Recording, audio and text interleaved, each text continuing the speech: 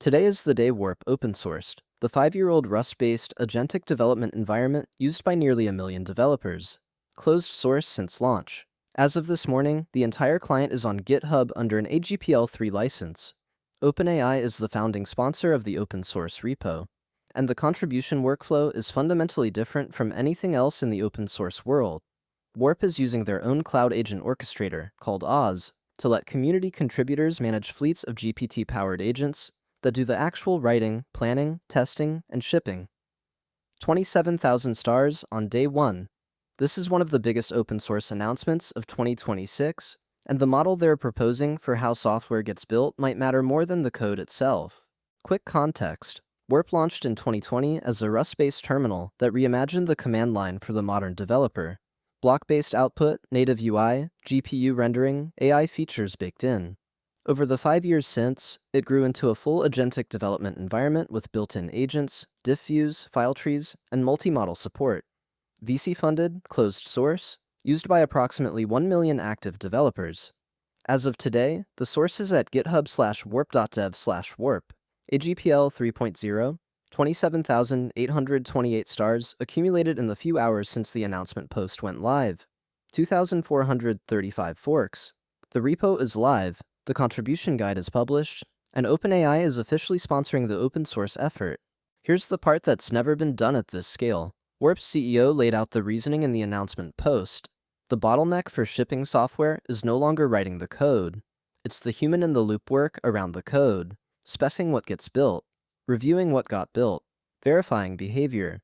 Their internal team can only spec and review at a finite pace. Agents, with the right rules, context, and verification, can implement faster than humans can review.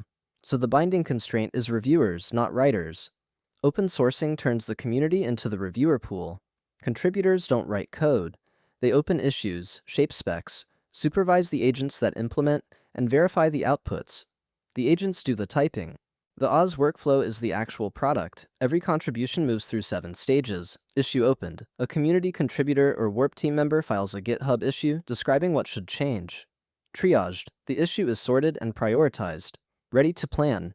Oz agents draft 2 specification documents. Tech.md for the technical design and Product.md for the user-facing behavior. Humans review and approve those specs. Ready to implement. The agents write the actual code against the approved specs. Ready for review. Humans and agents review the diff together. Verification. The change is tested against the verification loops Warp built into Oz.